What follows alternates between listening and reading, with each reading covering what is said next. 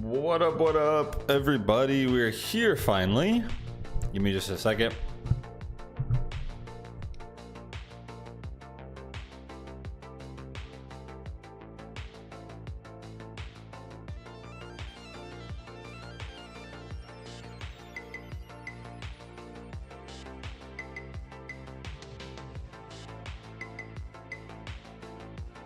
Okay.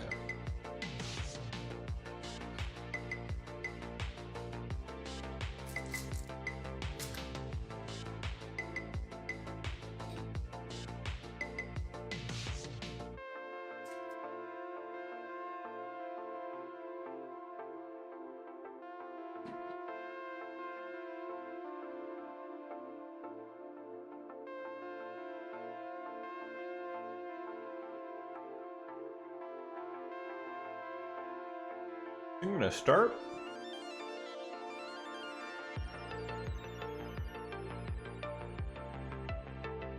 I think it's going now.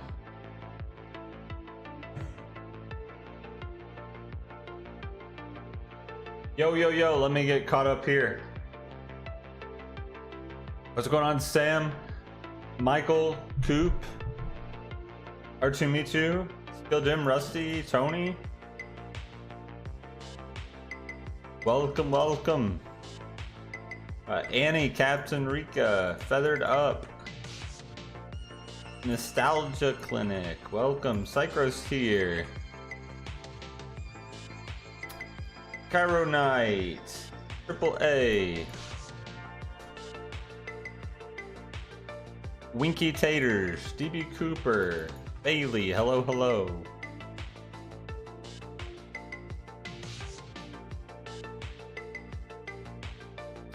Dintu's here, welcome.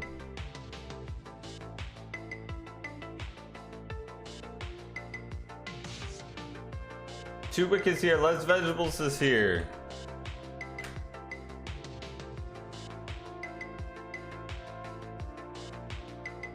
What's going on, Terry?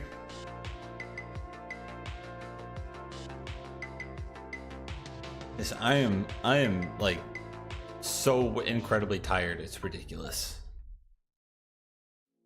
Painting seems really easy, but it's not. Like, out of probably anything that you could do to your house in terms of a remodel or a touch-up, like painting would be the easiest thing. But I think people underestimate how much work it actually is.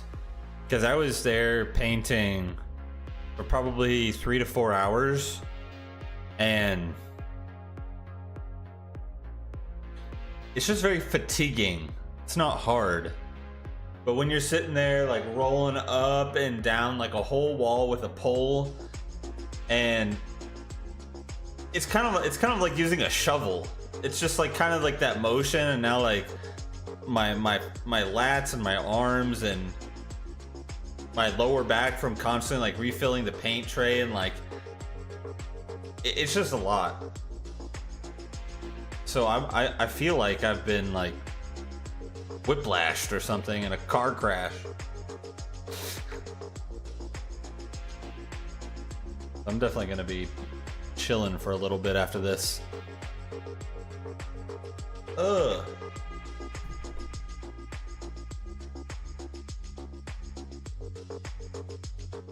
Might have to dust my monitor off after this. Jeez, that's bad.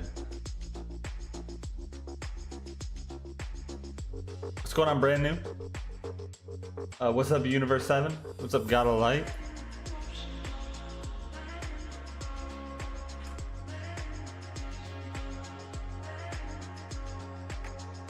No, the bots can stay away. I'm good without the bots.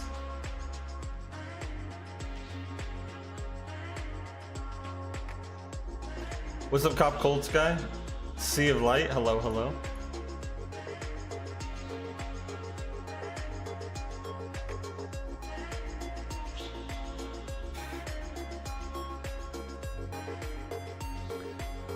Yeah, it's just like it's just one of those things where like it's not really heavy, but it's very repetitive. And when you're constantly doing these motions, like I was trying to like switch and like hold, because I wasn't just using like a roller, like I put it on one of those extension poles so that way I don't have to like get up on my tippy toes every time to get to the top. And like I kept trying to switch like arms, but like I'm not left-handed, so then it's just like really weird trying to go this way, so then I would always default to going back this way. And it was just I got probably 90% of it done though in a day, so we'll take that. But I've had enough for one day.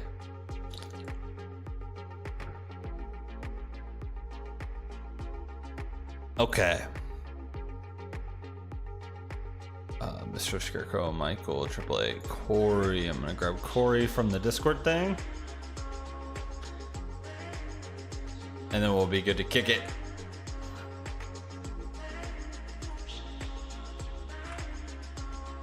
What's up, Sally?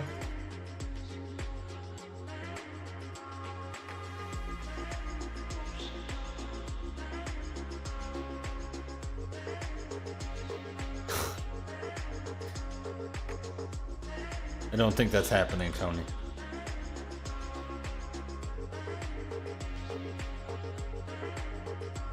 It's too cold for that. There's still no like heating or cooling in that house yet, so it's just kind of like what the outdoor temperature is for the most part. And now that it's getting colder, it was like probably 50 degrees in the house. Kind of chilly. I'd much rather it be that though than like super hot. That's not fun.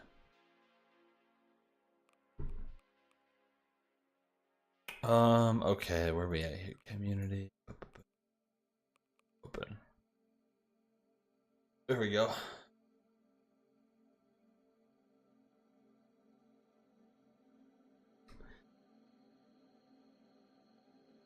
Frozen pipes?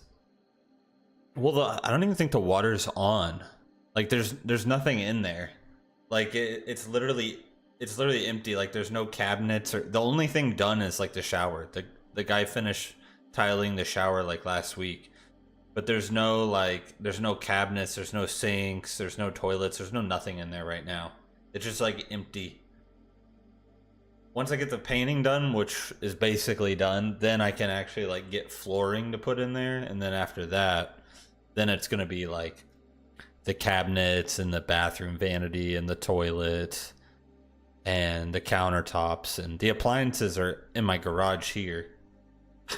I bought the appliances last summer when they were on sale, thinking this would go a lot quicker, and it's not. They've literally just been sitting in the garage for like over a year. Well, they were in a living room and then they were in the garage, but yeah, I've had appliances just sitting there for over a year in the boxes still, because I got the 4th of July sale like last 4th of July. I'm ready to like I'm ready to get them out of here.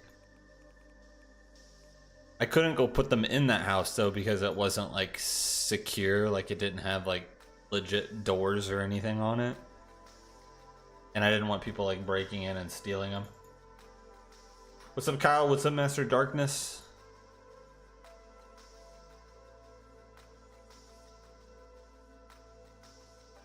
What happened to the bus? The bus is gone. Got rid of the bus this past summer. It was just kind of it had been sitting at like a stalemate for too long, and then when I got involved in this other house, it was like it was too much to do like all of it at once. And I knew that when we came back here that this type of neighborhood would not allow a bus like that to be in the driveway. Like it's one of those neighborhoods where there's not an HOA, but the neighbors would like call the cops and say, "Oh my gosh, I can't believe they park that in their driveway. It's so ugly." And it might be against some kind of city ordinance or something.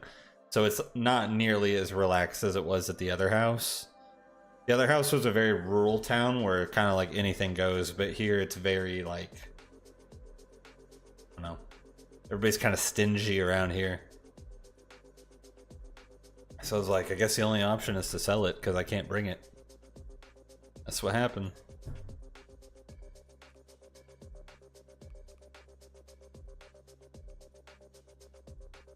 It's freaking tragic too. I barely got 50% of my money back on that too. It was tragic. Because it's just a very special thing that not many people are interested in, something like that. So I took a huge loss on it to just get rid of it.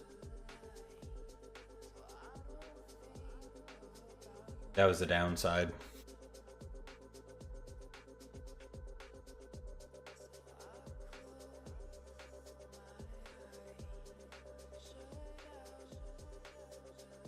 Yeah, it was a really cool project, but then so many other things just kind of came up along the way. And it's just one of those things where it's like, in the moment, like, if it got done, it probably would have been used. But it slowed to a point where it kind of got forgotten about. Yo, are we loading today? What's going on?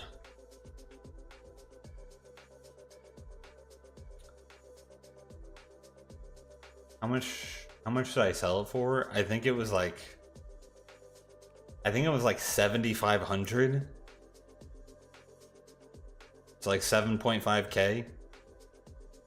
And the sad thing is that I bought that bus, I think for like 4,500, like 4.5K.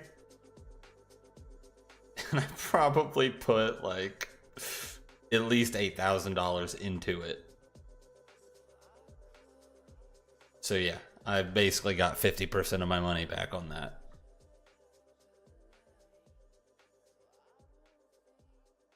Sucks, but you know, gone now. It's been gone for a while.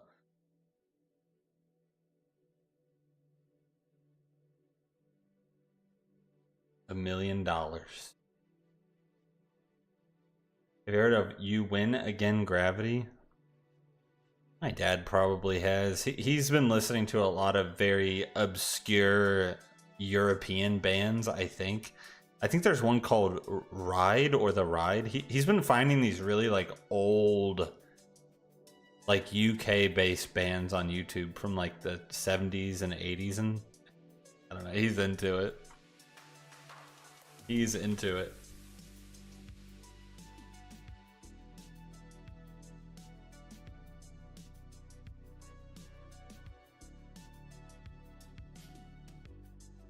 We got Charles up here leading the way. Never know if that's good or bad, though. Never know.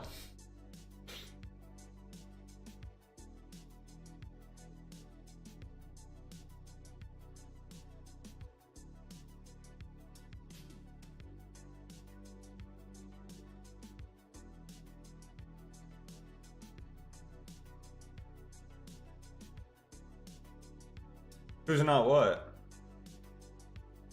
What am I missing here? Who's not what? Charles, is that the finish? Boom, there it is. One of the rare moments where someone holds a lead.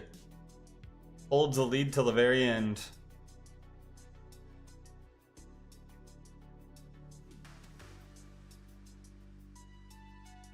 Where is Charles anyways? He's always out there driving somewhere. I haven't seen him around in a little bit. It seems like they're not that band.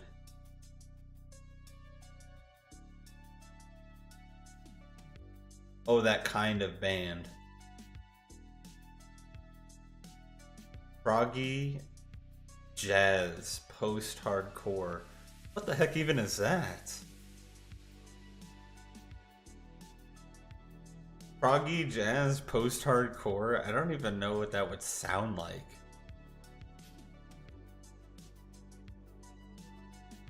Hey, Charles is here. Premonition of the Hex by Circa Survive. We haven't listened to some Circa in a bit. It's been a little while. Didn't we listen to it already? I don't recognize the name, but I'm gonna go look real quick. Now I'm curious.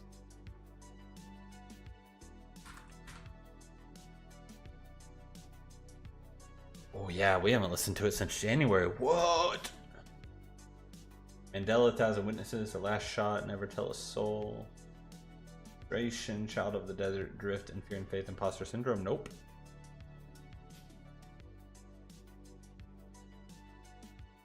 Which one was the one? Yeah, Our Last Shot. I really like that one. The Sessions video. I remember. That sort of like little live session. That was fun. I really liked that video.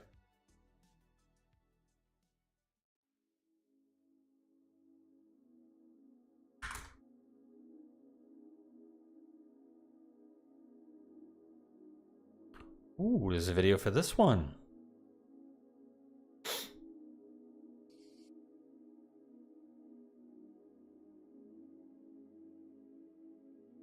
Thumbnail looked like something out of The Village.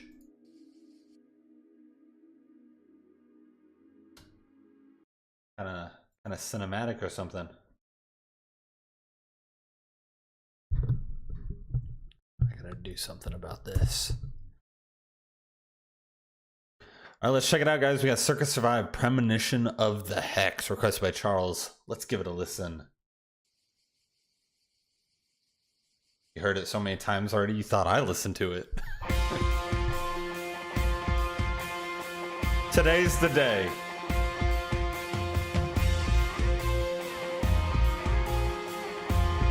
It's foggy here too. It was raining earlier.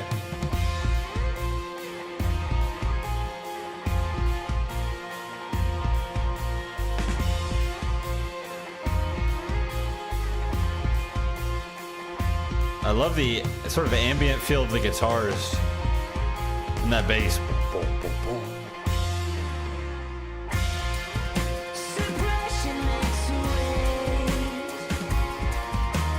Ooh.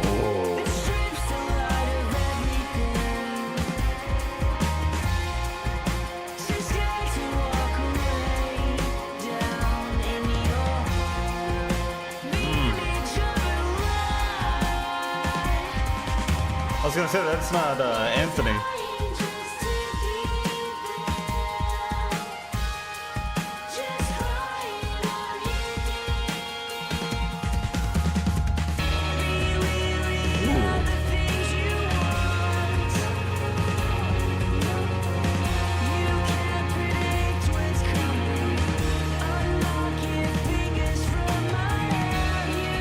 Wow, this instrumental is incredible. Very resonant.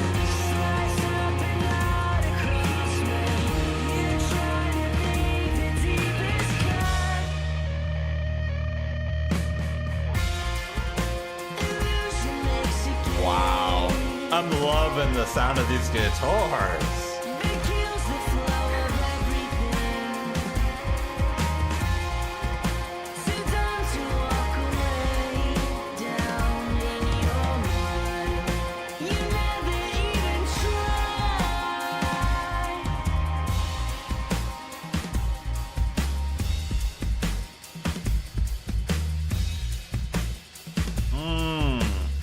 It feels like we're in a little one of those jam sessions.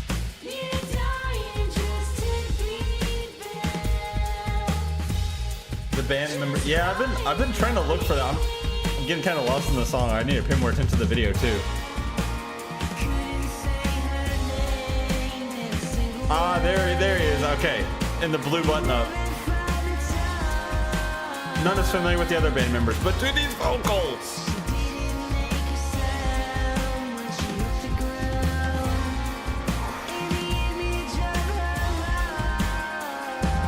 Oh my gosh.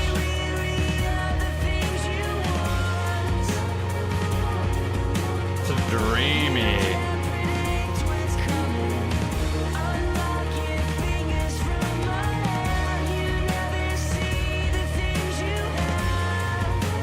So this feels like a Colts or something, like the Village movie. It's a Kool-Aid.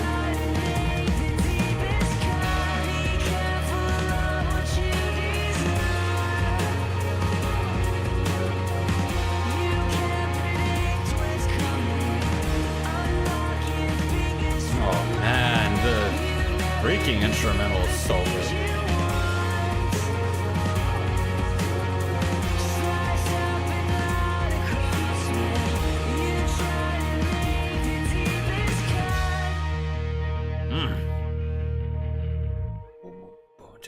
Bass lines in there were so good.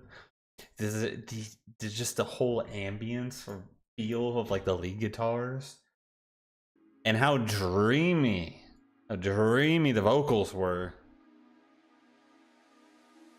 Wow, it felt like one of those sort of live sessions. I was really getting that sort of from the way that the drums and bass were kind of mixed on it. Really felt pretty natural. In a way, like it felt like we were in a little bit of one of their live sessions, but the overall like sort of dreamy ambience coming from the guitars and Anthony's vocals are just, ooh, it just makes you melt. Like it's so good. Cool video idea. Like it definitely has some very like cultish, weird The Village kind of vibes or whatever. I think it's a kind of an interesting sort of decision or whatever to have the band members in the video, but like as like the extras or whatever in a movie, you know, they're just kind of off in the background. But yeah, that was such a nice song. Yeah, I've read about that. I had no idea who it is. Jim Jones. I'm pretty sure everybody's heard about that at some point. I don't know if that was in like a history book in school or whatever, but that was the actual Kool-Aid incident, wasn't it? Where like, I don't know, a ton of people died from that.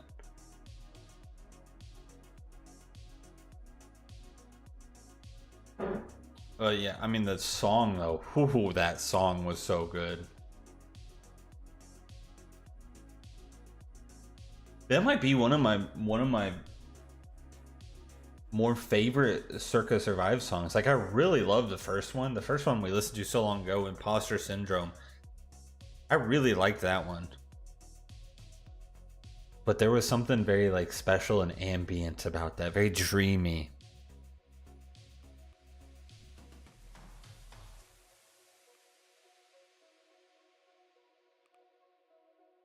Did we miss anybody? Think so. No one knew yet. Let's fire it up.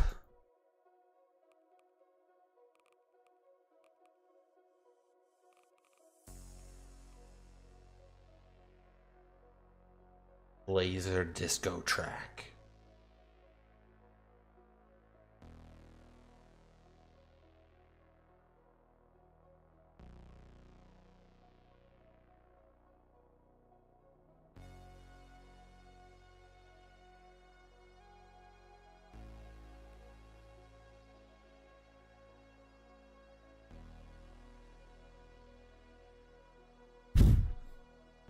Was Circa Survive, is that in the Swan Core or not? Can't remember. Oh my god, I gotta turn off the sound effects. That didn't really feel like it on that one, but I can't remember. I thought it was in the similar, but not quite. Yeah, more post rock. Okay, yeah, I didn't think so. For some reason, I thought they were kind of in a similar box, but didn't quite feel like it, at least on that one.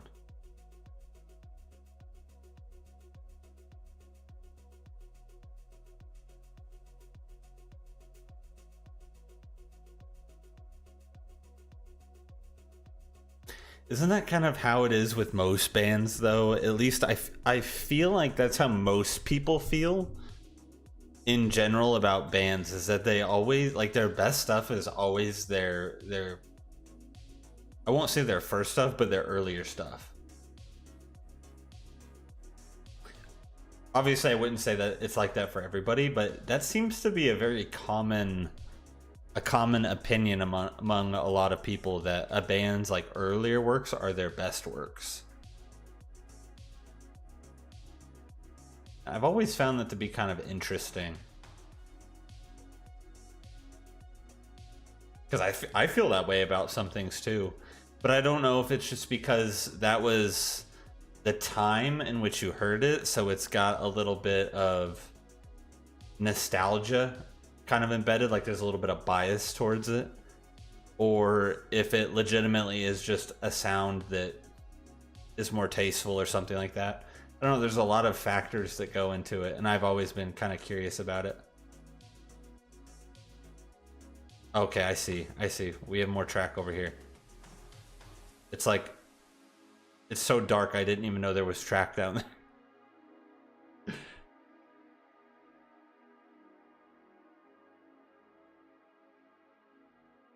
Yeah, I would say Hail the Sun's a little bit more Swancore. That's why I, for some reason, I was thinking Circus Survive was kind of in that circle, but not really, though.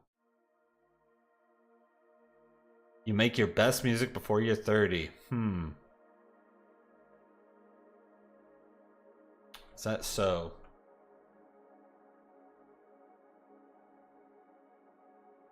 Oh, man. Is Dentsu gonna time it? Dentsu's in the lead. Oh, no. Oh, no.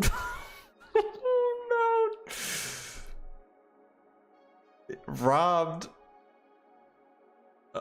Oh, man. Too Wicked didn't get it either. Oh, this is tough. Who's got it here?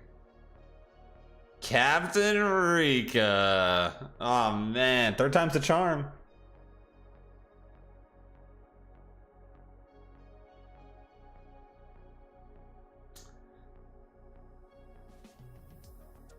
That's how it goes sometimes. Dang.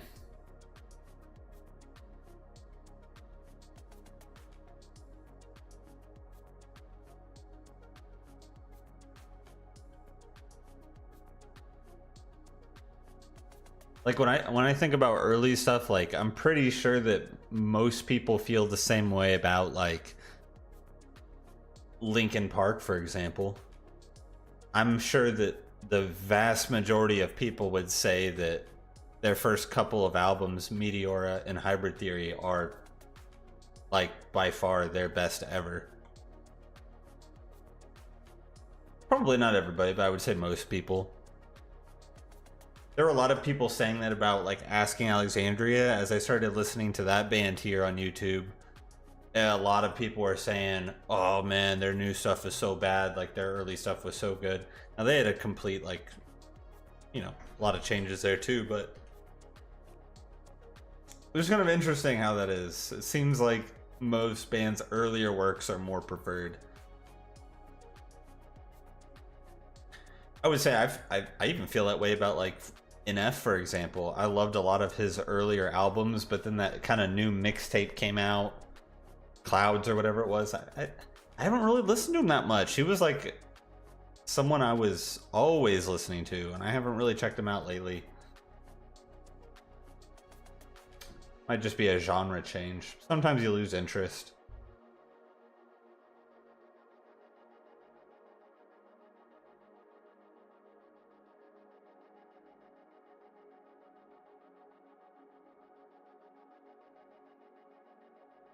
What's going on, Reagan? Remind me to add you in here after this.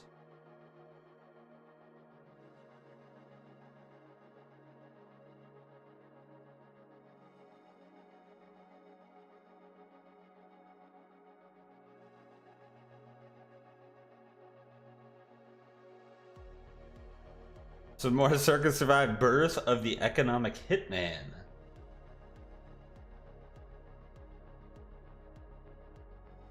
Red Hot Chili Peppers' best album was it. So is that album the one with all like the like hit singles that like everybody knows?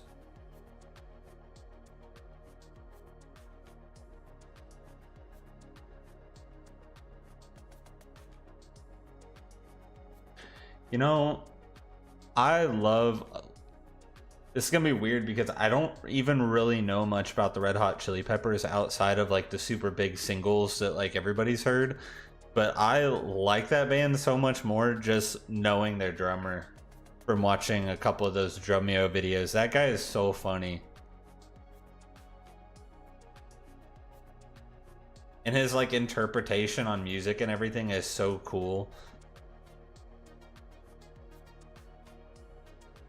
Freaking what's his name, Chad Smith. The reason why I loved it so much, because I've never really thought I would be into something like that, like the Drumeo thing. But I watched some of the other famous drummers go on that channel and do similar things, and like they would listen to the song and then they would kind of play through it in their head and write down their, like, you know, they would structure like how they're gonna play the drums throughout the song, and they would really take their time and kind of digest it a little bit. But Chad just started going. They started playing Bring Me the Horizon. I don't remember what the song was. I think it was Can You Feel My Heart. He just starts playing, and he reminded me exactly of...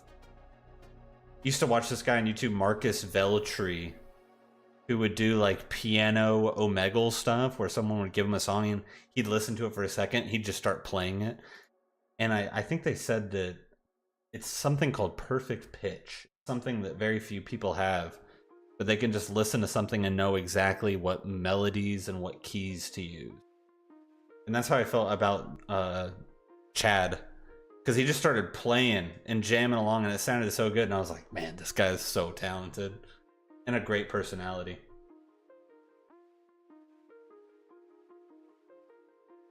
Baby Metal was a support band at a Red Hot Chili Peppers concert? What? Really?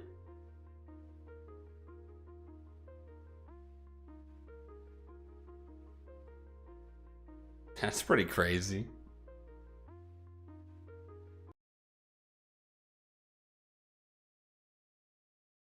Let's check this out. We got Circa Survive, Birth of the Economic Hitman, requested by Captain Rika. Let's give it a listen.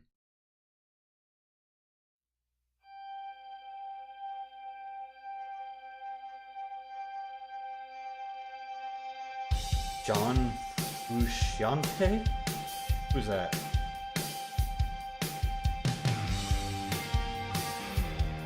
Oh, this is the Violent Waves you were talking about. I feel the post-rock you were talking about. I feel that now very much on this.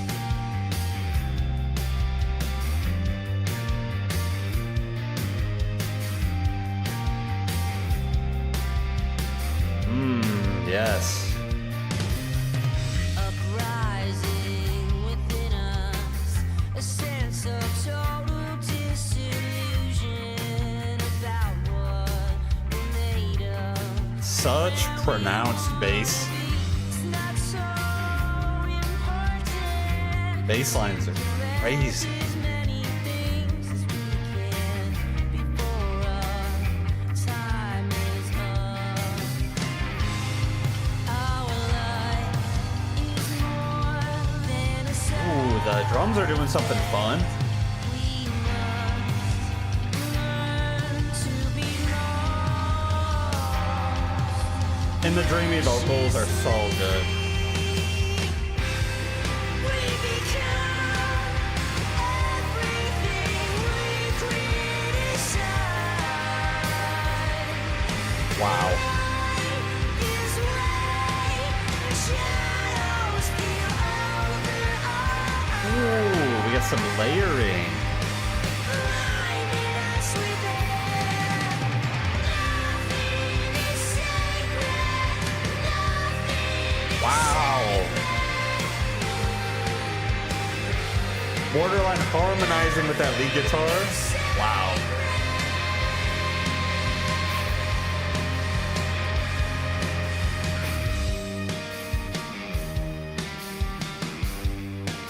Yeah, I'm loving the post-rock vibes.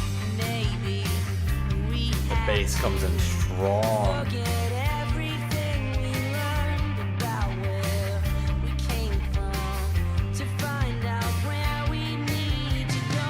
It's not so important to collect as many coins from the fountain before our time is up. The distinction between the two guitars is so nice as well. The one on the right's very much more post-rockish, like Tycho. Tycho kind of vibes. Love that. Our life is more than a side effect. We must learn to be It's almost like a bongo kind of drum. graciously. We become Yeah. everything Chorus is crazy. inside. Light gives way, shadows feel over blinding us within. Nothing is Drums are wild.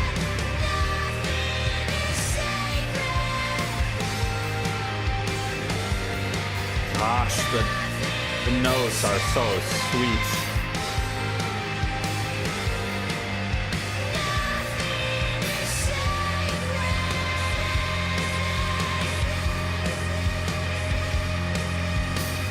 Ooh.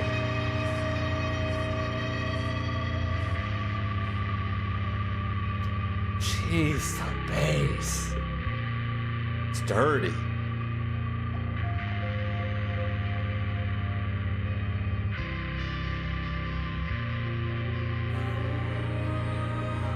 Ooh.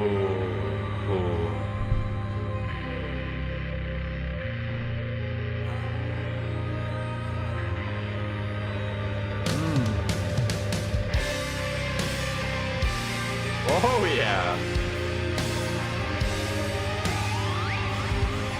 Woohoo.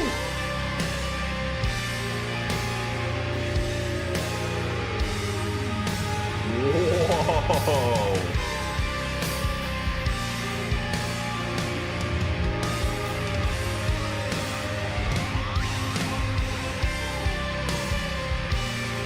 Wow, all of these like bendy kind of notes, too.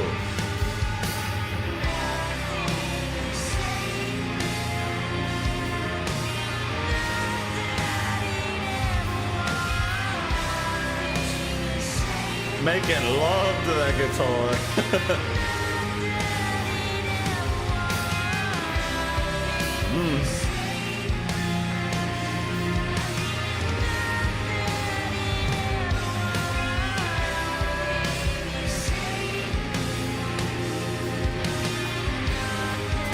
Seriously, like Anthony's vocals almost bring like a Deftones kind of vibe. With those super like dreamy and just wispy vocals.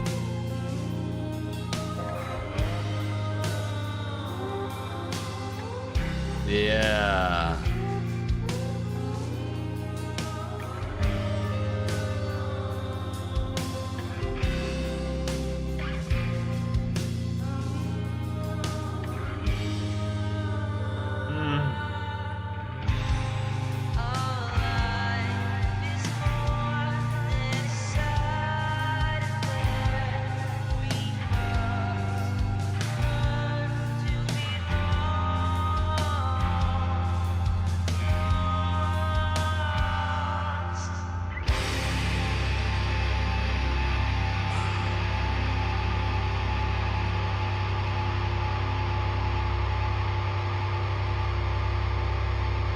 That is very, ooh, got some chills from that. Ooh.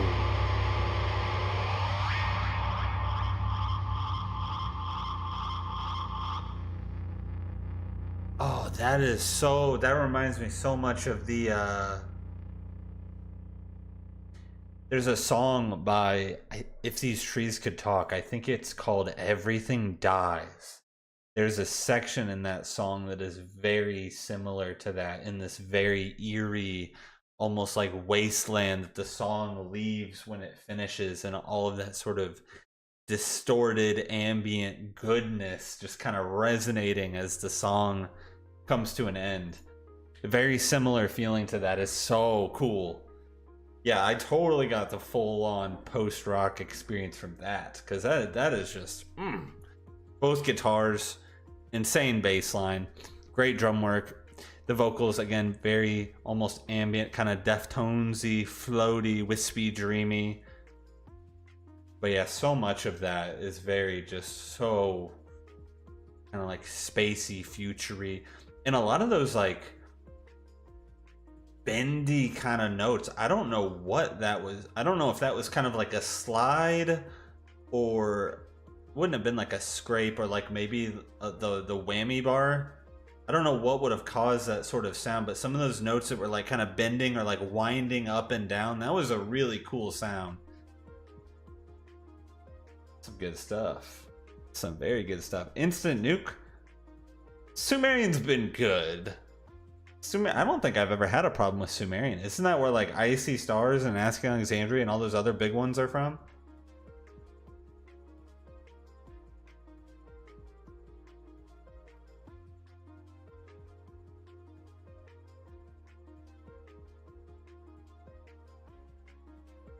I don't think I've had issues with it.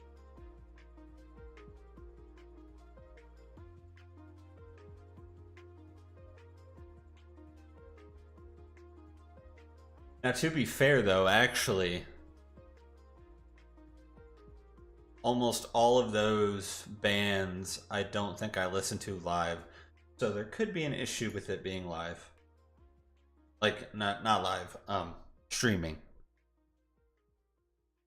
So I guess I can't say for certain.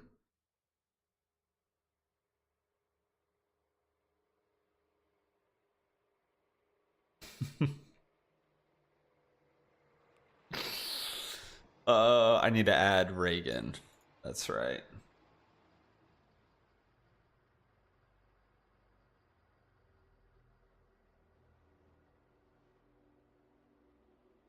Gosh, you're all the way up there.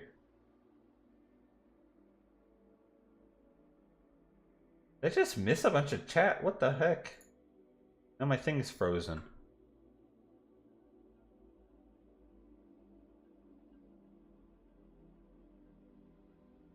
I was listening to a song the other day that was a blast from the past, and I'm very curious if anybody has heard the song.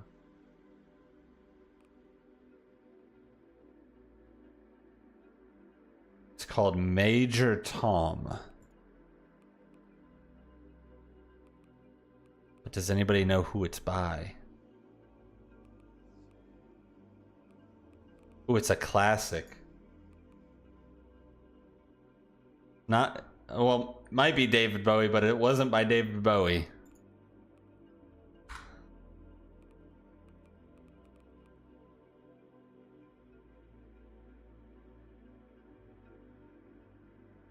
By the band Shiny Toy Guns.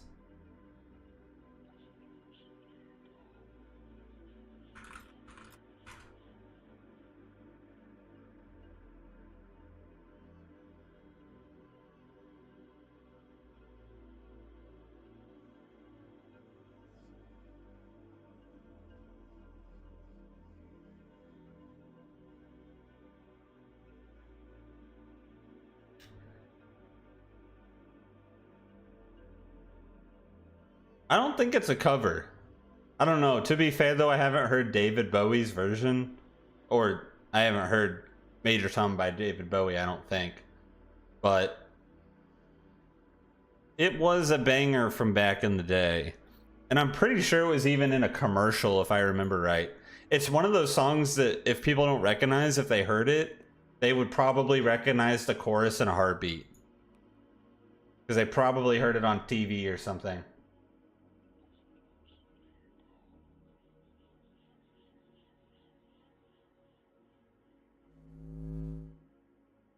Okay, what happened here? Let me figure out what's going on here. We got all these sound effects. 0. I don't need any more lasers or electric whatever zooming in my ears.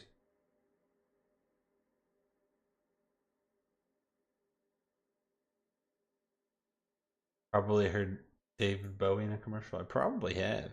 I'm sure there's a David Bowie song. I've definitely recognized the name.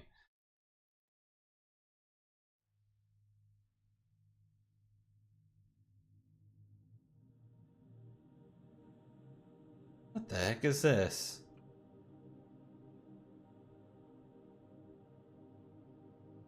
Panda.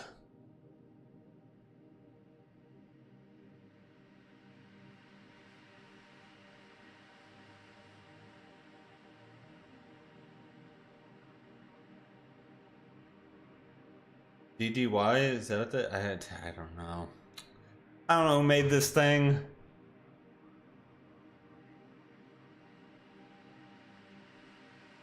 Oh, Rusty, are you getting carried to the finish line, or what's going on here?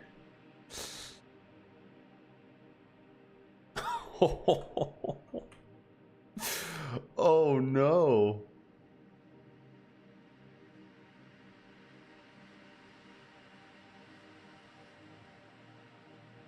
Oh my gosh.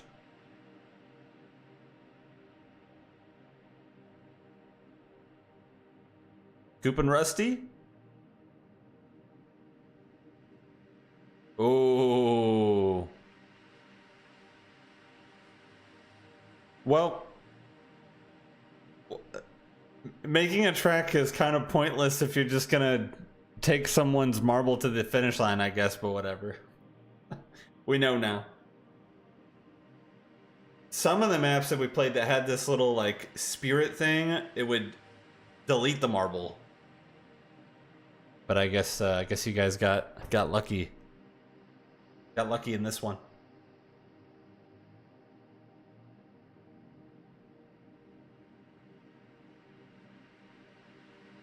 Custom rolling wonder. Yeah. There's no wonder here. Won't be rolling this one again.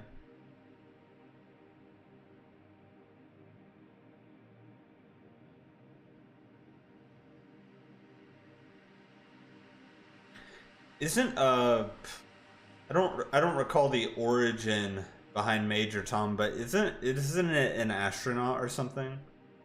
Because I remember when I did a playthrough of Raft. I think some of you remember Raft when I would play Raft. There is a part towards the end of the game where a little astronaut action figure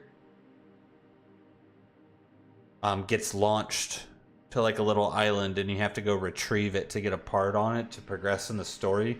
And when you do that, you get an achievement called Major Tom. So I'm assuming it's some astronaut related thing. Cat disconnected, successfully reconnected. Heck? That was all about. Ceilings bloom. Ceiling.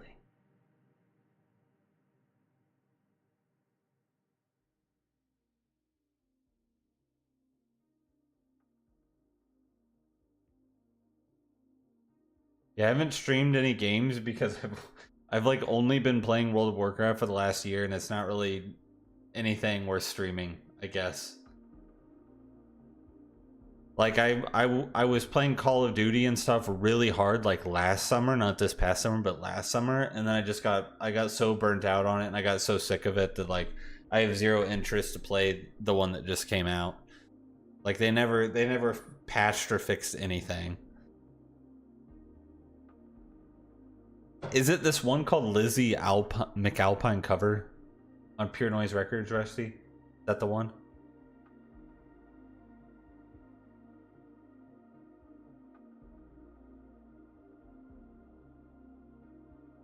Oh, Bloom is the band name. Okay, that's the one. Okay, I don't even know who Lizzie McAlpine is.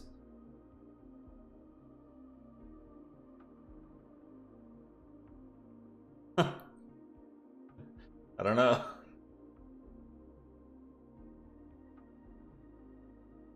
Multiplayer is fun. See,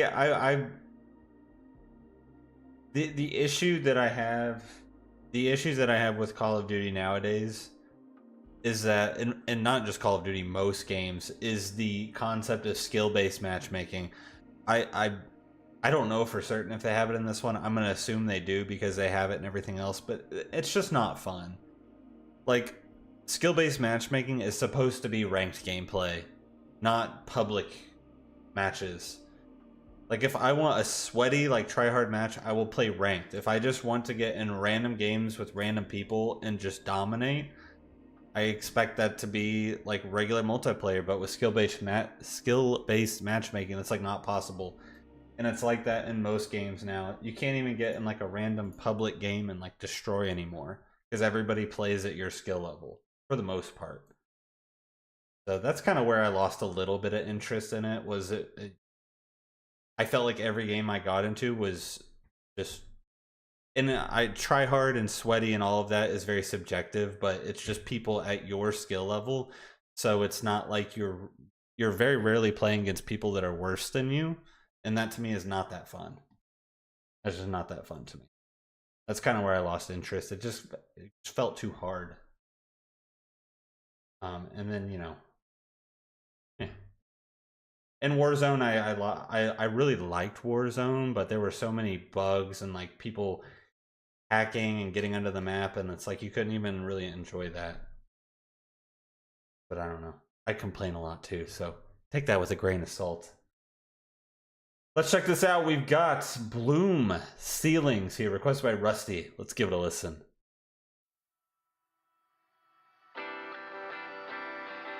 Bloodborne, isn't that like a Dark Souls kind of game? An Elden Ring kind of game? Because I've never played a game like that.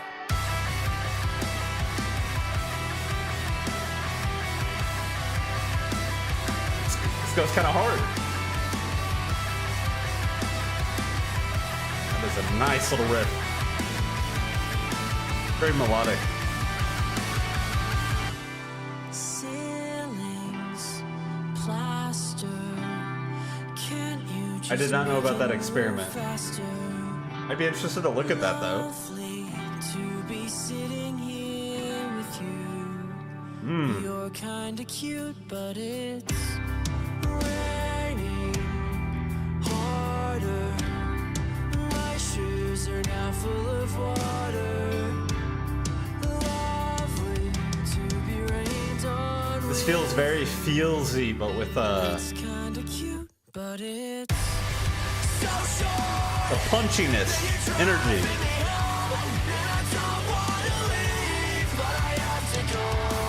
Some screams in the back.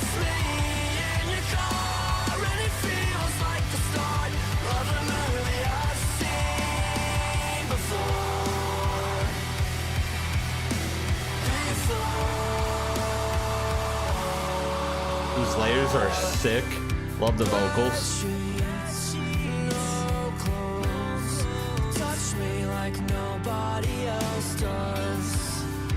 It feels kind of like a little sad song. It's feelsy.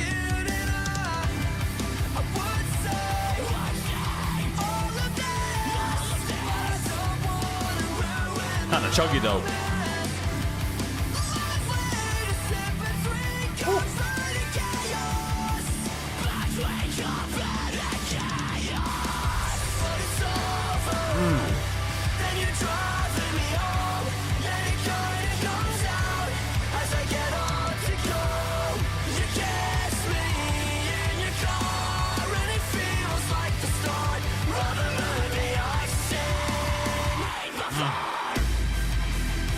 Oh snap! A lot of ambient guitar in the back, but rolling it down.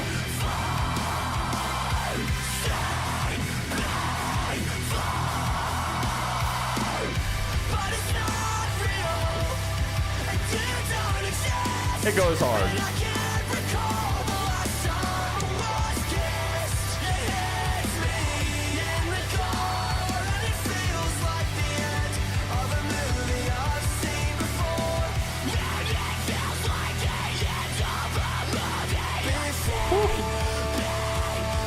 Trying to figure out what's up with the Grim Reaper in the astronaut suit with the PBRs. What's going on there?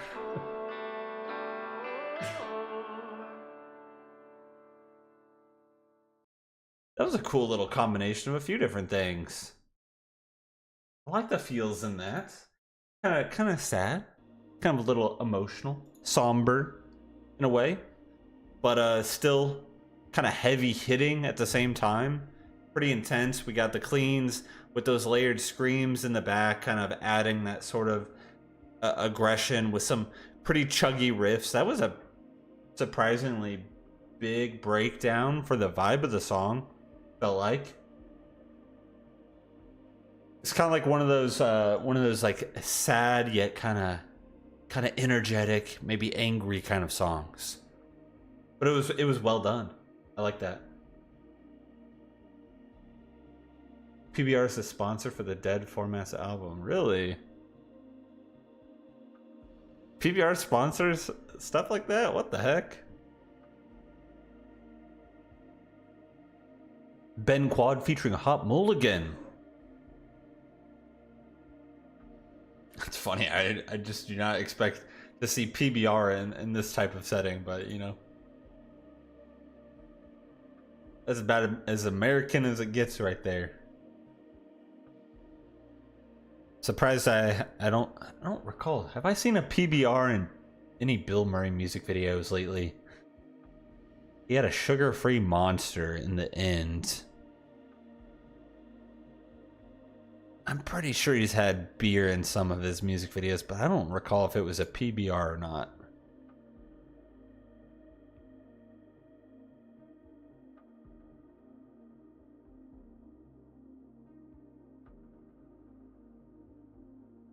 But to have Sub Sunday history and not have an Animal Collective song?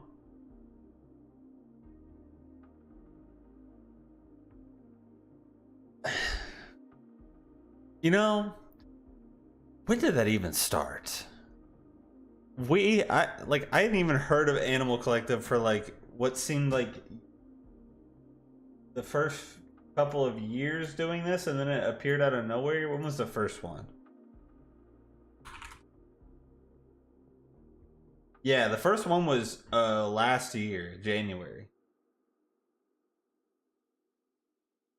And then it just wait, it's all this year. Hold on.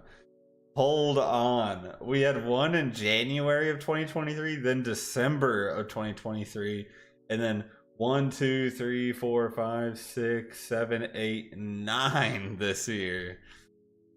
It's this year. That's where the Animal Collective came from.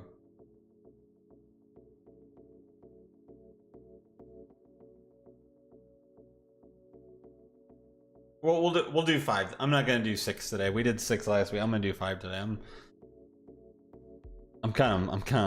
low key. I'm kind of beat. That painting was a little rough.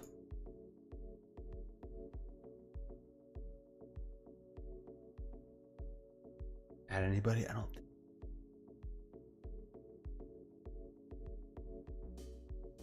even know if I've had a PBR. I feel like I need to go try one.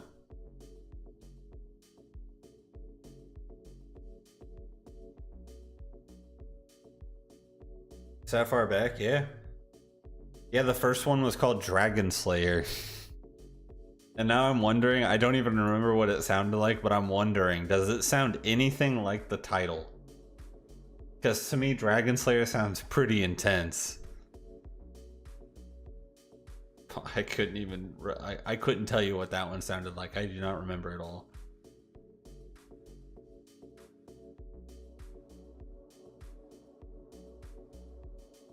Who was it requested by? It was requested by Noah Body? Nobody? Wait, is that Noah Body or Nobody?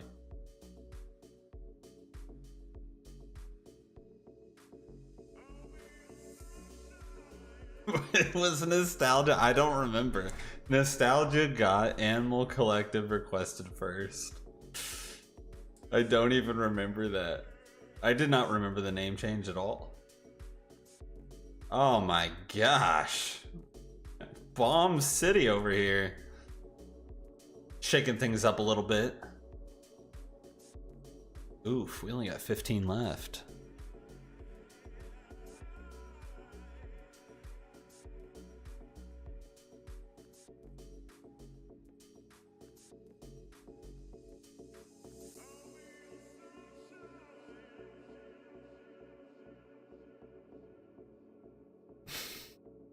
A beer heavy on the root.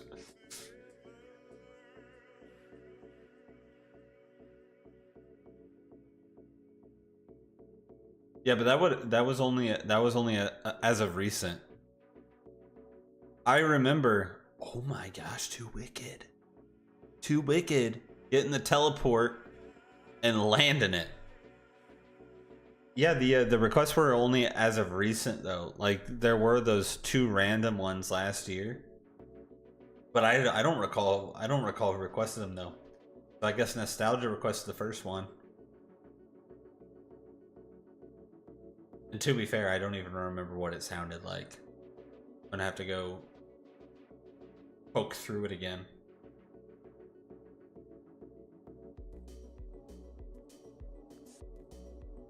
And the second one, I don't even recall either.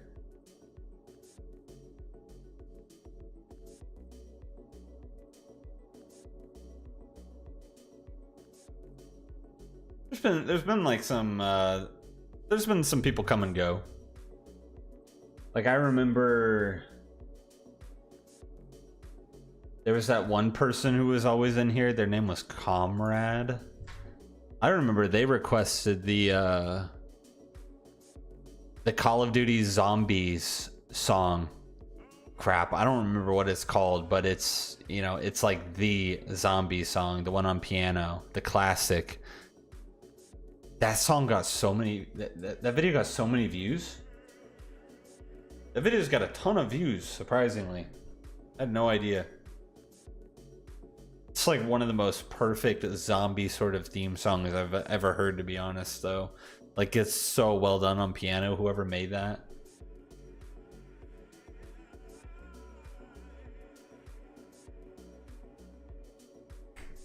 Too Wicked with the victory. Too Wicked, you're still here, surely.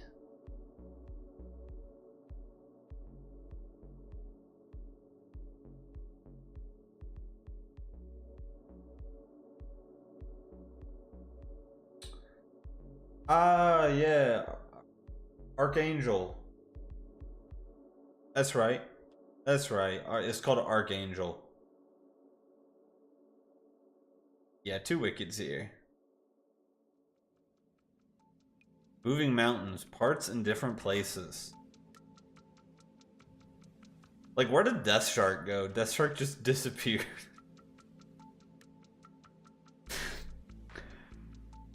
Death Shark completely disappeared, but is still a tier 2 patron. Like, it's just so random.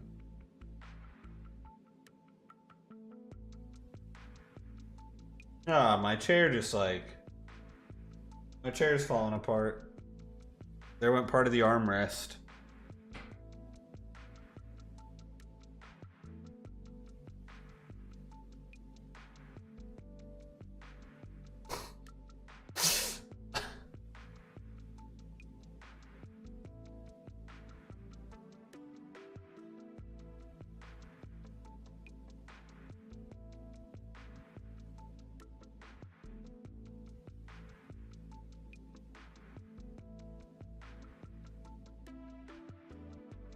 Does he have trouble with the I have no idea. I haven't heard him since he randomly came in the stream, like was like a year ago or something. It was like, hey man, how's it going? I haven't heard from him since, but he's still subscribed on Patreon. He's never sent a message, never nothing.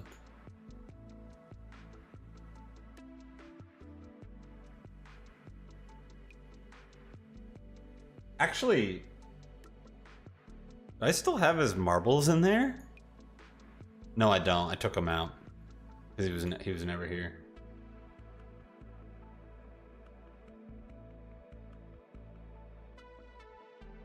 Yeah, I mean, he donated a lot. It was mostly on the very first time I did a. The very first time I did a James Bond stream, he came in and like... The very first time I streamed GoldenEye, he came in and he donated like $100 or something. Like, the dude was a freaking madman.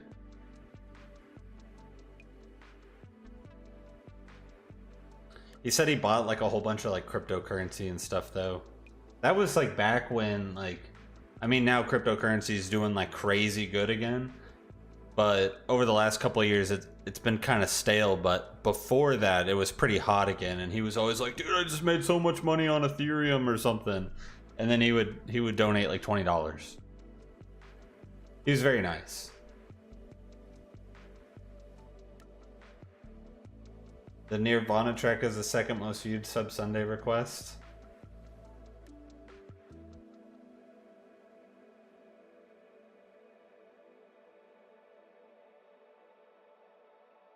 From what I've seen, on a lot of people that I watch that stream exclusively on YouTube, they don't do super chatting. They use a link to donate through Streamlabs because supposedly, and I didn't even look at this, but supposedly YouTube takes like 20 to 30% of the super chat, which is mind-boggling to me. Like, I had no idea. I never looked into that at all. But anyone that I watch that streams on YouTube, they have a link to donate through Streamlabs. Because if I was going to donate someone $10, I don't want YouTube taking $3 of that from them. Like, that's kind of crappy. And I didn't even know that. Like, I had no idea. So it makes me like want to, yeah, I need to turn it off too, because I think I have it on, but it makes me think that I should turn it off because that's kind of crappy.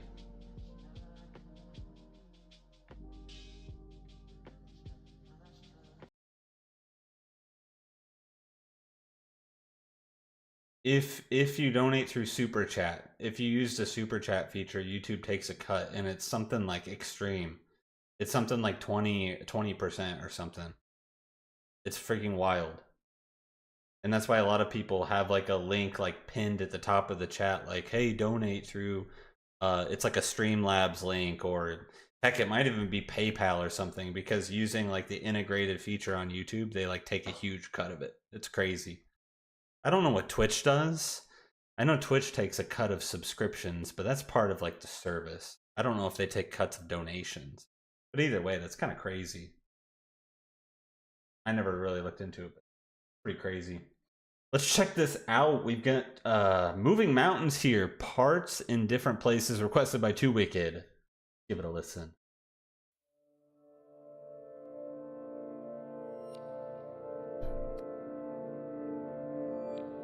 I like this artwork here, this theme, this vibe. It's kind of outer space, forest. We were driving down Furnace Wood,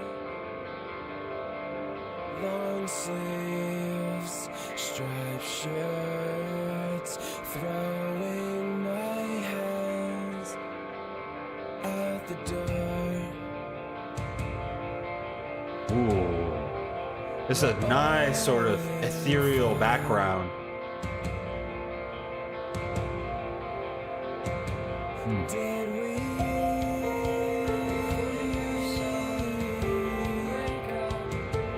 kill him? These vocals are cool. I like this. I laughed so hard. It's almost like you have the voice centered and then like whispers on both sides. Right by his face.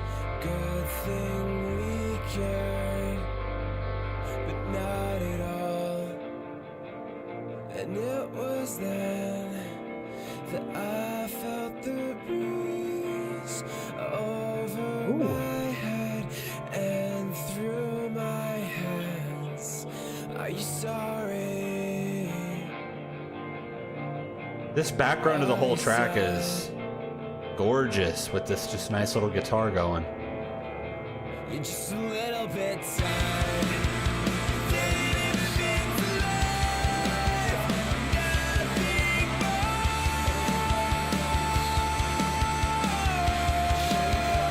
Dang, what a voice.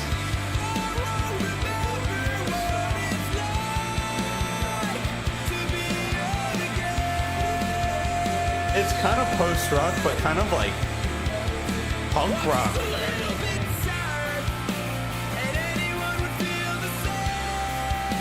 It's a very interesting kind of blend of genres.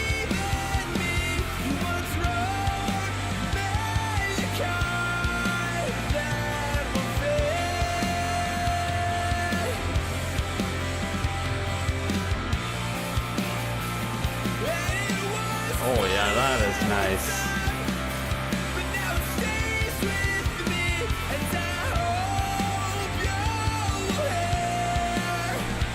Really good singer.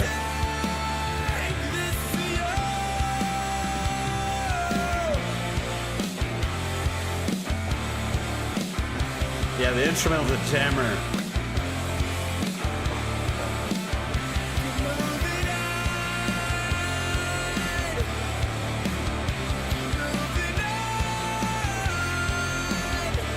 Oh yeah.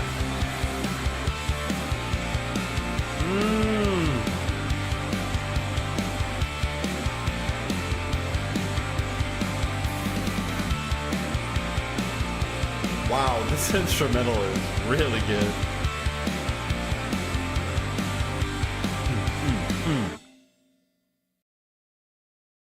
That was very interesting. That was pretty cool. Yeah, that's a really good way to describe it. Yeah, it was like emo post rock.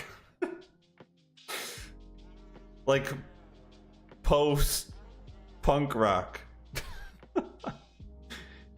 And the only reason why I say that is because it had this sort of like interesting, like otherworldly sort of ambience to the whole background and a little bit of the guitar to go along with it. But then it had those nice, like very upbeat, fun kind of riffs with the sort of style of vocals in combination with that was just like kind of like a mishmash of a couple different genres, but really good groove. And it was just kind of like a feel good kind of track. Post emo, post shoegaze. That's pretty cool. That's pretty cool. That's a blend that I don't quite think I've heard, at least not that much. In terms of like an overall sort of sound, that was pretty cool.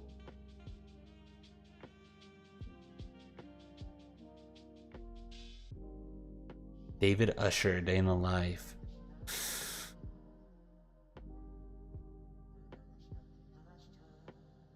Moving Mountains, Triple Crown Records. I don't recognize that one.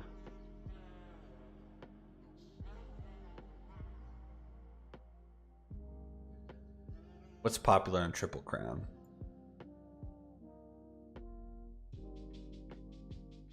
Covet. Covet is their most popular band. Foxing's on here. Foxing the Medic. Tiny Moving Parts. Have we heard a song by that band? That name sounds familiar. Tiny Moving Parts. Covet looks like their most popular. The Deer Hunter. Pretty sure we've heard a song from that band. Yeah, Foxing's on here. Brand New's on here.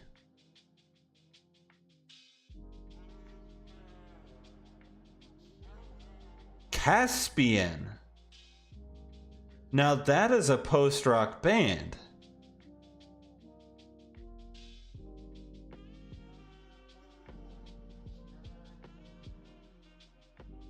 Caspian is a post-rock band, I believe. I'm pretty sure I've heard quite a bit of it.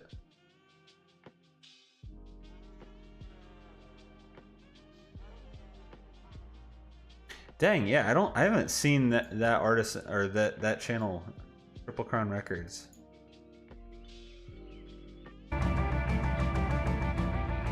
Yeah. This is a post-rock band.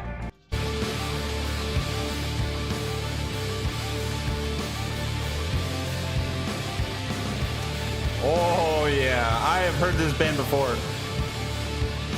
I don't recognize this album or anything, but I have heard that band before. Yes. That's pretty cool. So we were not far off by saying this band, Moving Mountains, had that sort of kind of post-rock influence to it, because that kind of tells it all right there, doesn't it? Very cool. All right, let's run one more.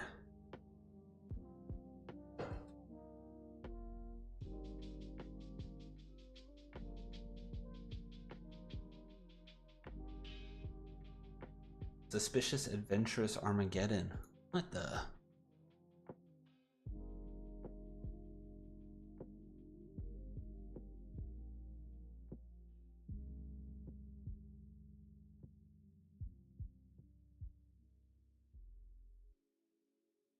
Yeah, Covet looks pretty big on that band.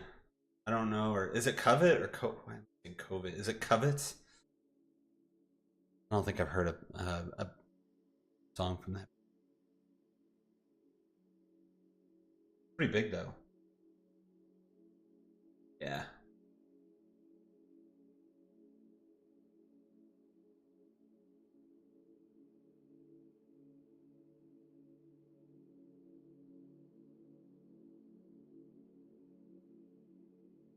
Nobody knows about moving mountains.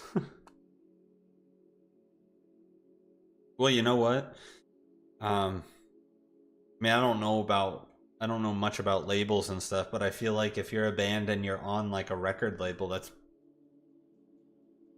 a pretty big accomplishment, is it not? I mean, even if you're a small band, if you're on a record label, that's not everybody can get on a record label, right? I don't even know how that works. Like, do you have to apply or something? Like, how does a band even get on a record label? You have to send like Rise Records an email and be like, "Hey, is our band good enough to be like on your label?" And then obviously there's some like contract or structured deal along the way, but I actually don't know how bands get on record labels. Or is it the other way and record labels reach out to bands that they would like to have on their label? Don't actually know. Isn't a record label essentially a sponsor? It's exposure for the bands, but comes at the price of sacrificing like some percentage of sales or something like that.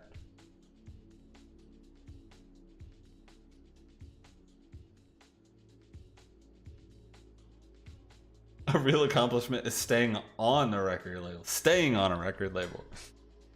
Okay, okay.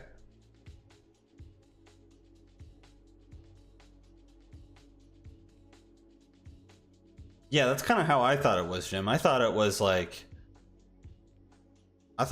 the band's like trying to get on a record label. Old Master of Darkness getting taken out by the turrets. Captain Rika taking the victory.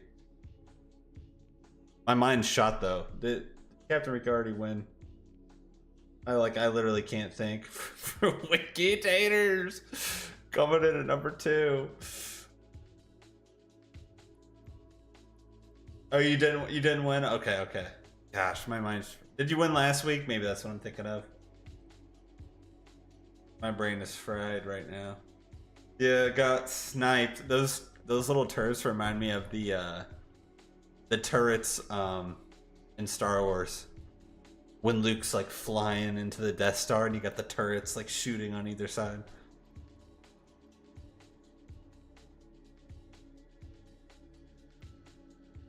The label takes all the money? Wait, really? I thought it was just a cut.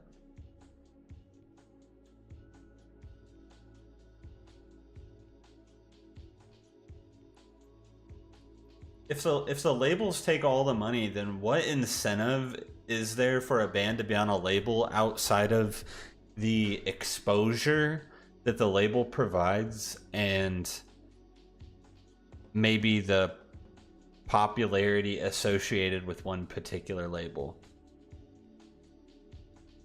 Like, do they get a salary from the label to where they don't have to worry about how many shows they're putting on or how well they're doing? Like, it's like a safety net?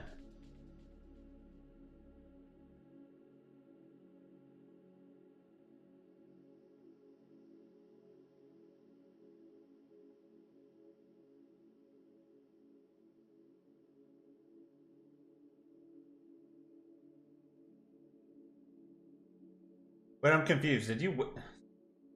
I'm confused. Did you win? Did you win already today, Captain? I'm like fried.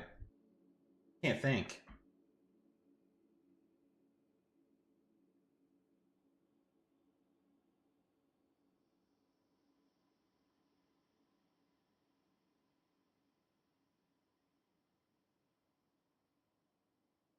Okay, so we're waiting on Winky Taters.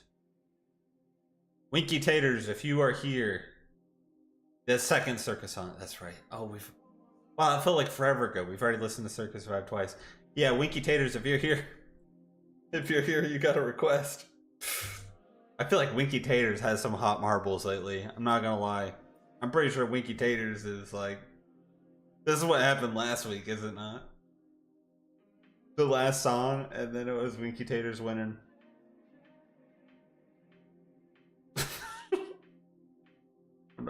I'm not gonna say it yet. I'm not gonna say it yet. Label takes all the money until they're paid back all the money they spend. Plenty of bands are signed to a label but still work a normal job because the label doesn't pay them? What? The label gives you money and you scoop the money by merch and ticket sales.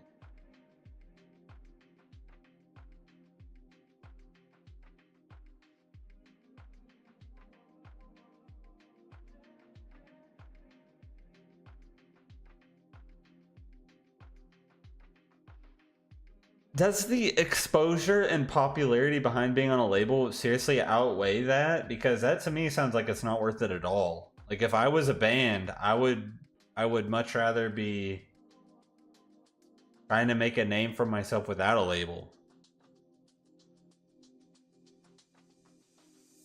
But maybe that's the thing. Maybe that would be like, oh, I want to be a Twitch streamer full time and I want to play Call of Duty. But there's 10,000 other Call of Duty streamers that have 2 viewers that nobody's watching. So do I want to sit there and try and compete with that? Or do I want Dr. Disrespect to like sponsor me and then I don't make any money, but I'm playing with the doc and everybody knows who the doc is and now all of a sudden I've got 10,000 viewers. Maybe that's kind of the maybe if I'm thinking about it like that, that's kind of like the interpretation of why a band would want to sign with a label. Which, if that's the case, that does make sense.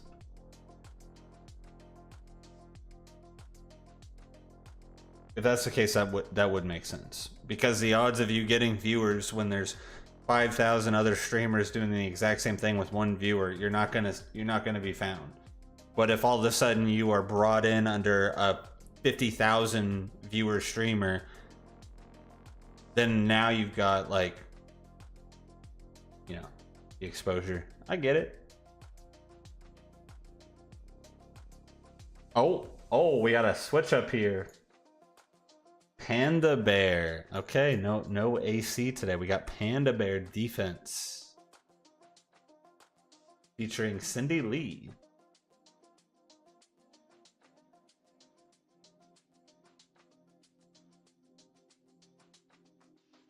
I'm not gonna lie, I genuinely like that Panda Bear song that we heard. I don't remember the name, but I like that song.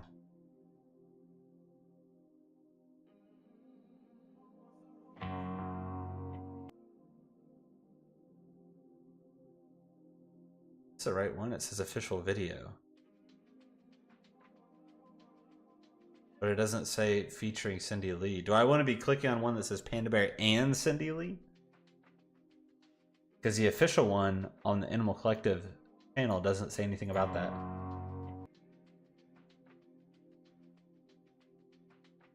Oh, no, it does.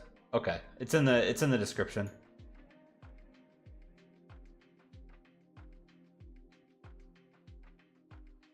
Playing the long game. Yeah, I like that one. I genuinely like that song. It had a good beat, the vocals, like everything about that song was awesome.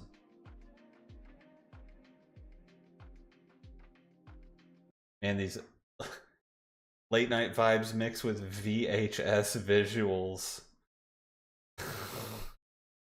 I'm over here watching like old VHS footage of like someone walking around a city with a camcorder. What the heck? All right. All right, let's check it out. We got Panda Bear Defense featuring Cindy Lee, requested by Winky Taters. Let's give it a listen.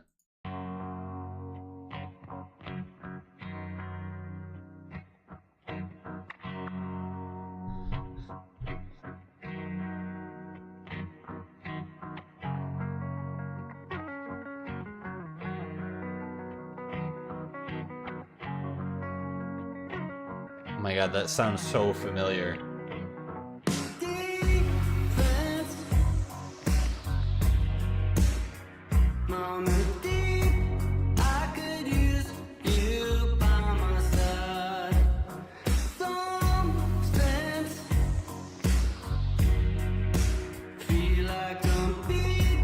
Nice little riff.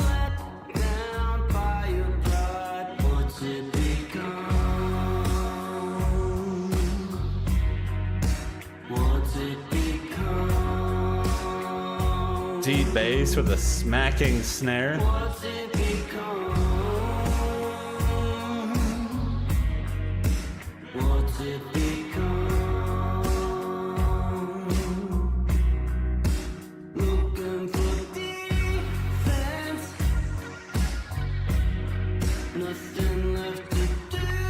We got a beat.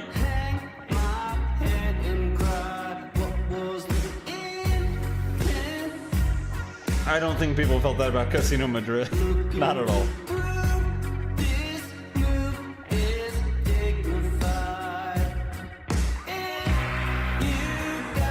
What's up, Dylan XD? I have not heard it yet. I think it's called Dystopia. I need to listen to it.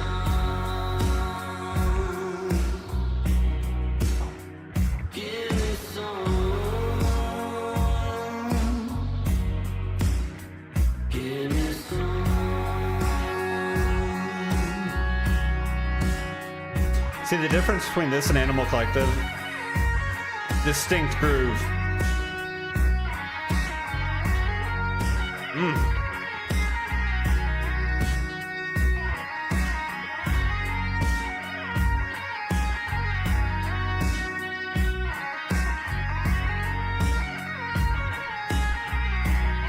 That's all you need, a simple beat.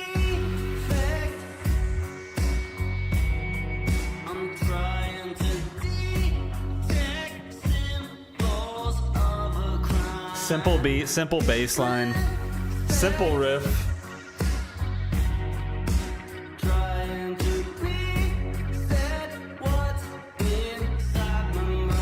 Vocals are a little trippy, but it's okay.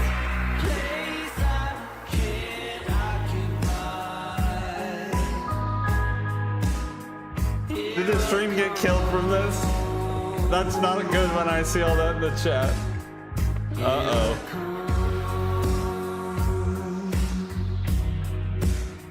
I'm scared now, but I'm going to stick it out and see.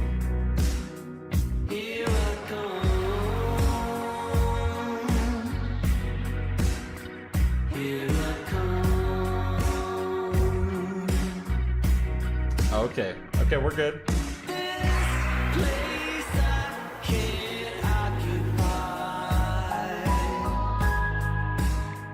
I like that. Nice little touch.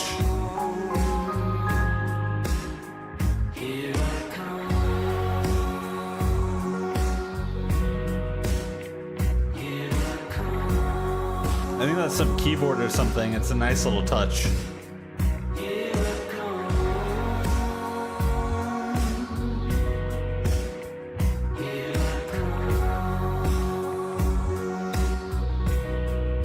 It's got the trippy elements, but it's got a very distinct groove. And that's really all I need to be able to sort of feel out a song. It's a simple beat. What is this band? It's Animal Collective. No, this isn't. This is Panda Bear. Oh my gosh. No, that is not Animal Collective. That is Panda Bear.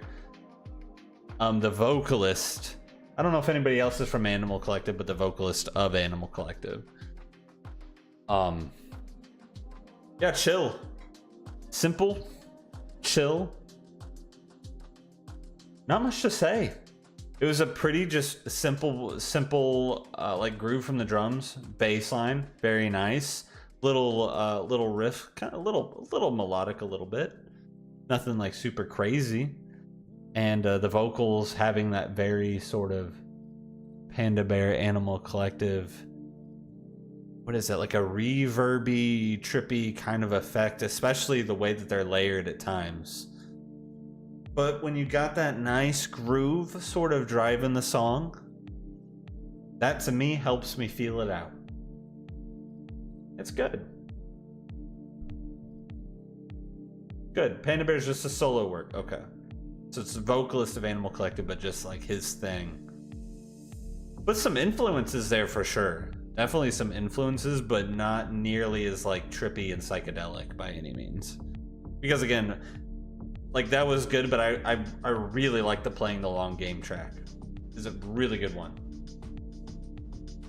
But yeah, the Starset Dystopia. Yeah, I have not heard it, but I need to. There's a lot that I still need to listen to. There's a lot. It's not even the main vocalist. What the heck? That's a voice I recognize anyways.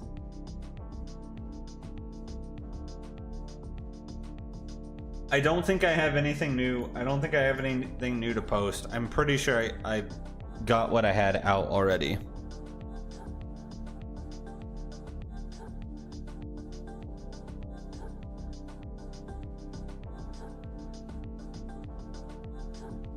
Yeah, I don't think there's anything new. Last night I spent some time, I'm trying to create like, to save some effort in the sort of like thumbnail process, I'm trying to create a batch of like templated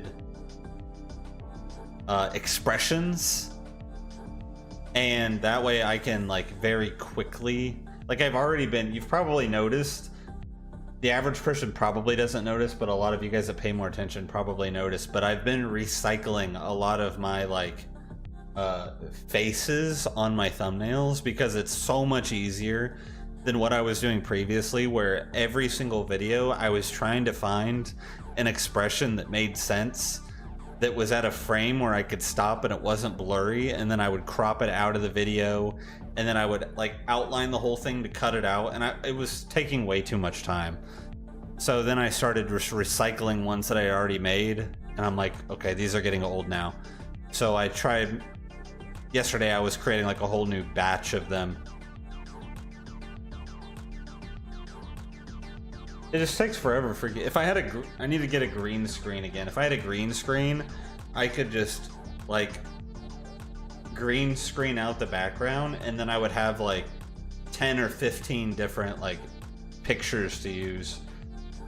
But I don't have that, so I have to take a screenshot and then trace my body out and crop it out. It's a freaking pain.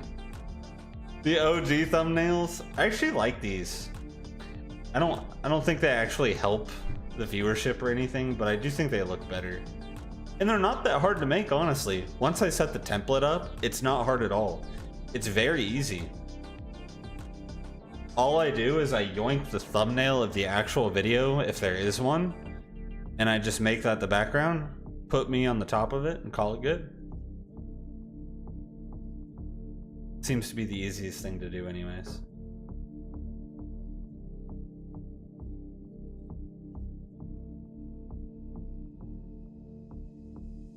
The fonts, I just Google like if the thumbnail, so like for example, like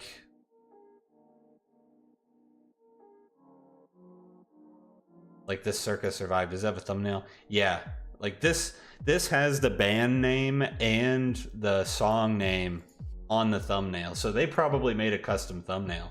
So all you do is you take this little ending part of the video after the little watch $V equals, you just copy, really small I know, but you just literally copy that, and then you can go to img.youtube.com/vi/ that link / maxresdefault.jpg, and boom, I can yoink the thumbnail to the Circa Survive video. But if this did not have anything on it and I want like the band's logo on it, then I would just Google like Circa Survive band's logo and go to images, and I would try and find, like, they don't have one, it looks like, that's like a transparent background, but I could take this one here. This one's good enough. I could take this one and then just delete the black background, and that would leave me with the Circa Survive words in their own font. So that's kind of how I steal it. Well, you know, not really like stealing it, but you know what I mean. That's how I get it.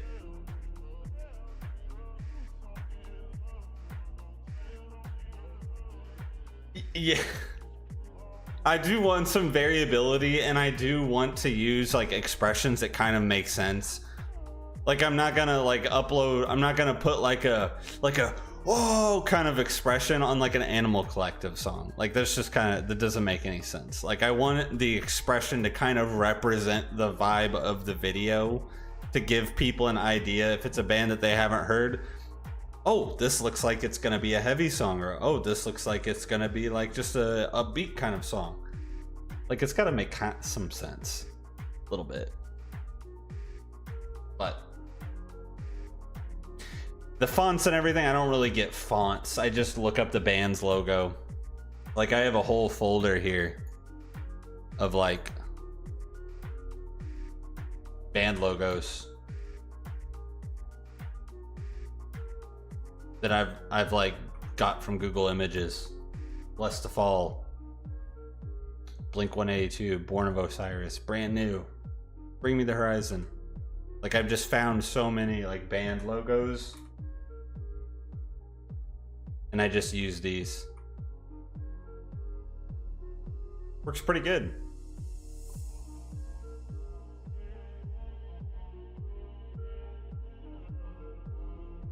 One more race. I'm gonna go make food. I'm dying after today. I'm gonna call it there. But this was fun though. This was a fun one. A little bit later than normal too. Now that everyone's gone, we should do no. Not today. Not today. I will be back next week. We are getting into sort of the holiday season. So it's entirely possible that on the 24th, I might be gone at a Thanksgiving thing. I don't know for sure yet, but it's possible. So as we get into the holidays, I'll be letting you guys know if I won't be here on a particular day. Yeah, I know, the tree's in the garage. I'm gonna have to go like get the spiders off of it before I set it up. Favorite types of music? Too many. Too many. But obviously we love metalcore, synthwave, post-rock, pretty much anything. Yeah, I will see you all next week. Have a great rest of your week. Thanks for the requests. Bye, everybody. Thanks for hanging out. We'll see y'all later. Peace.